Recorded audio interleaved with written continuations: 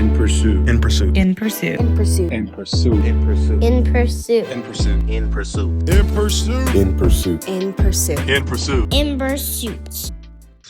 So one I would this question I think is powerful. I want to start with this one, even though it's not in that order on the outline.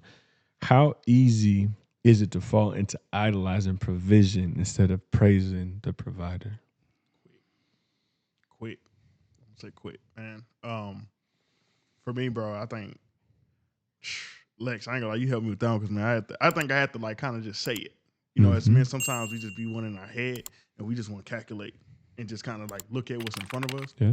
Sometimes the answer is already in our brain of why we do certain things.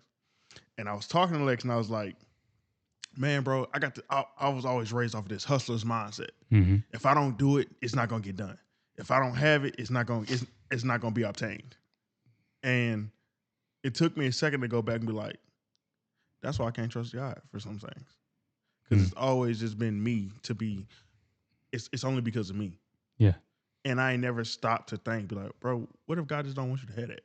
Mm-hmm. Like, what if God, like, no, like, bro, if you go down that road, you're not going to even be able to come back. Right. You know what I mean? And I think for me, man, it's just, I've 100%, I think, have done a 360 on that because it, for me, has been where I've always looked at the amount of effort I give and the amount of effort I give and the amount of money that I have determine the success. Mm-hmm. And lately, I'm gonna say probably in the last like couple of months, it's just kind of been like, yeah, I got it in there. Oh well. It could be gone tomorrow. Yep. Like not to be like melancholy or anything. I'm just like, oh, it could be gone tomorrow. Nothing like that. But like, hey man, it could be gone tomorrow, and it shouldn't make or break me. Yeah. Yeah. 100%. Yeah. I'm not gonna lie. This is what I struggled with. Right. Is you know over and over and over again chasing more money. And I think it's such a peaceful thing when you're like, okay, God, like when we got to a spot when everything ended 8 months ago and you cut all my income, I was upside down on my budget, $2,000 for 2 months in a row. Ask me which bills didn't get paid. All of them got paid. That was good. Yeah. Don't make no sense. You look on paper, you're like, but Yeah. it was less of me and chasing and hustling, bustling, and going and idolizing the provision and just staying in reverence for the Father and who the source was. There's actually a sermon that got preached that brought me down to my knees. I was in tears by Manny Arengo right at the beginning of all of our hardship, where he was talking. I think he called it like well pleased or well sourced, well pleased or something like that. It's on Social Dallas's YouTube. It's it's phenomenal. Tap into that. Yeah. It was always chasing after something. It's like a cup with a hole at the bottom. Yeah. Like it was never filled. Yo, we need to run that back, bro. Say that again, bro. It's like a cup with a hole at the bottom. It was never getting filled. Man. Because I always wanted a lot of things, right? Yeah. So I would always joke, and I've told my brother this so I can say it out loud. I was like, I wanted a pair of flu games, but I got you instead. All right, I'm showing my age. All right. Yeah, the flu game's hard, though. Yeah, I'm talking about the original flu games in the 90s. Yeah. Wasn't even born yet. But Yeah. I know the picture of them things. Yeah. So, but I would joke with him and I tell him that. Yeah. Even though like when I lived at home, he wore all my shoes. Mm-hmm. So every time there was a new release, I would go spend money on shoes that I didn't need. Yeah. And like we touched on, it says he will supply all of my needs according to his riches and glory. I think understanding what a need and a want are very crucial for the body of Christ. Mm-hmm. Like you said it earlier. Like, did any of your bills not get paid? No. Every single one of them got paid, bro. Because they were a what? They were a need. Yeah, they were a need. Yeah. He made sure they happened. Yeah, he made sure that happened. Now, had you said like, I also want to go buy, I don't know, let me go buy a brand new laptop or a brand new phone. Wasn't happening. It wasn't happening because it's not a need. Yeah. We also were like, that was the first time in years where we like went back to a budget too. It was like we stuck it. It's on the Google sheet, and it's like Yeah. every dollar that goes out, we know where it's going. Every dollar that comes in, we're telling it where to go. That goes into that wisdom that the Lord gives you when you trust him. Yes, he is our source at 100%, but he's also empowered you to be wise with the stuff that you steward for him. Yeah. There's a Proverbs that I saw, and maybe we'll share it a little bit later, that kind of ties to what that is. And it was really blessed me with it. I don't want to go out of context or out of order. I'm sure it'll be you can go to the flip to the proverb, Okay. bro. You always got permission to Okay. go if you got something. So it's Proverbs 25, verse 28. It says, "A person without self-control is like a city with broken down walls." Facts. So your Major budget facts. is the self-control. Mm-hmm. Lack of a budget, because that ties back to like how many people growing up in the church, how many times you said God's got it, he's gonna pay for it.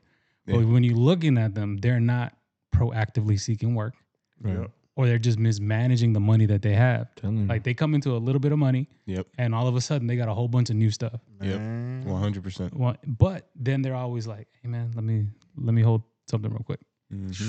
They don't call you for anything other than that, right? So you, as a like at that point, like your flesh is like, "Man, should I really give him this money? Is he going to steward it well?" Like, Yeah. let's just be honest. Yeah. Like, because like if I start giving you my money that the Lord has given me to steward, and you're going to mismanage it, then I'm mismanaging what the Lord gave me because you don't have self-control. Yeah. So I have to have self-control and to know that is this fertile ground that I'm giving this money into, like letting this person borrow this, like, yeah, like if there's like, "Hey, look, I need gas to get to work," that's different. Like, Yeah. I'll help you out. I'll Zelle you a couple of dollars to make sure you can get to and back from work. Yeah. But there has to be not a repetitive nature. So when our pastor on Sunday touched base on this particular verse, he was talking about a completely different subject.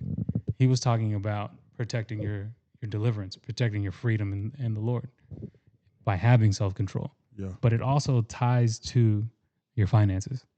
Having that budget is having self-control. And I think myself included, I've been guilty of not having a budget. I've been guilty, like especially in sales. Like it's easy to not have a budget in sales. I'm like, all right, cool. Like I overspent this month. I just got to sell a little bit more next month. I'll be all right. That's it. Dang. That's how it is in sales. Like it's tough. I don't know, man. I'm a numbers guy, so I'm a numbers guy, and I'll bet on myself. I can do it, man. I'll be upside under. Yeah, that's crazy. I ain't gonna lie, I couldn't do that. Chargebacks hit different. Man, Yeah, they sure do, man. You gotta be mindful of that stuff. So I would go, and this one is, have you ever experienced? And we've touched on that, so I'm not gonna ask that question because have you ever experienced God removing resource to realign your trust in Him? Go JP. look at that. Go look at that quick pursuit. You know, it's in the playlist. Yeah. playlist where we Major answer facts. that. Yeah, for sure. When it comes down to it, I would say I would love to hear from y'all. What are some signs that somebody, and maybe it's been you before, but somebody is starting to trust the resource more than the source? I think when you start to neglect those habits, and that faith, once God actually answers that prayer, you stop praying as much as you were. You stop spending as much time with God as you was before. You start questioning, should I tithe this Sunday or this month? Should I give to this person? When you feel God tugging at your heart to give, when you start getting comfortable because you're coming out of that season of lack, that season, that winter season where you don't have as much, and you're really leaning into God because you feel like you ain't got nowhere else to go.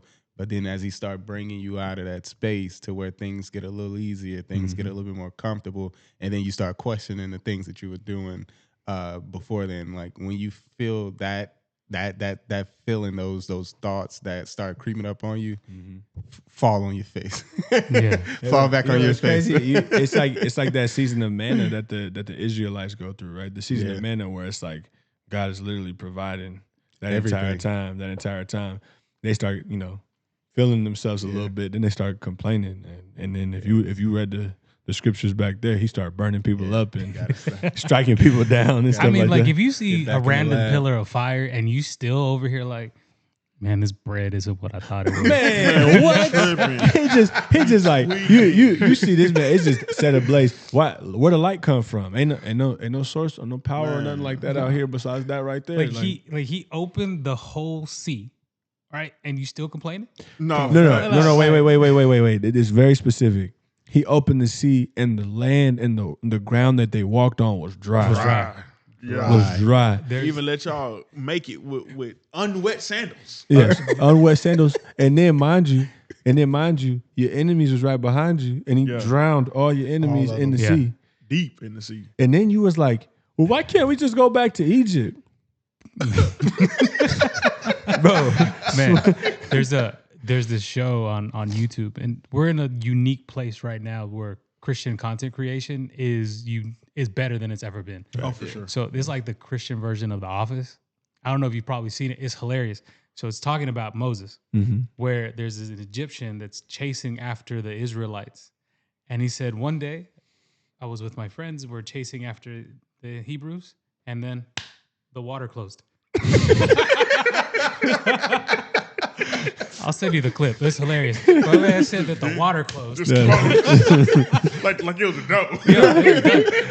I was like, oh man, I'm watching it. I'm laughing. I'm like, hurry up and drop the rest of the episode. Not just the pilot. That's hilarious, dope. man. I want to tap into that because my wife, she's a big Office nerd. Man. I mean, yeah, bro. I mean, you gotta be. I think this is important too that people understand. You gotta be human too. You know what I'm saying? Like now, don't be watching shows and things like that. That's just soft porn because ain't no such thing as soft porn. It's porn. Like you watching them shows where every other scene they in somebody's bed, bro. Watch something else. If you're spending more time fast forwarding, one, you know where to fast forward. Yeah, because you've seen the scene before. Exactly. You gotta get up out of there, man. So that is true though. If you're spending so much time fast forwarding, but like, hold on. You're like, like Alexa, 30 seconds. Too much.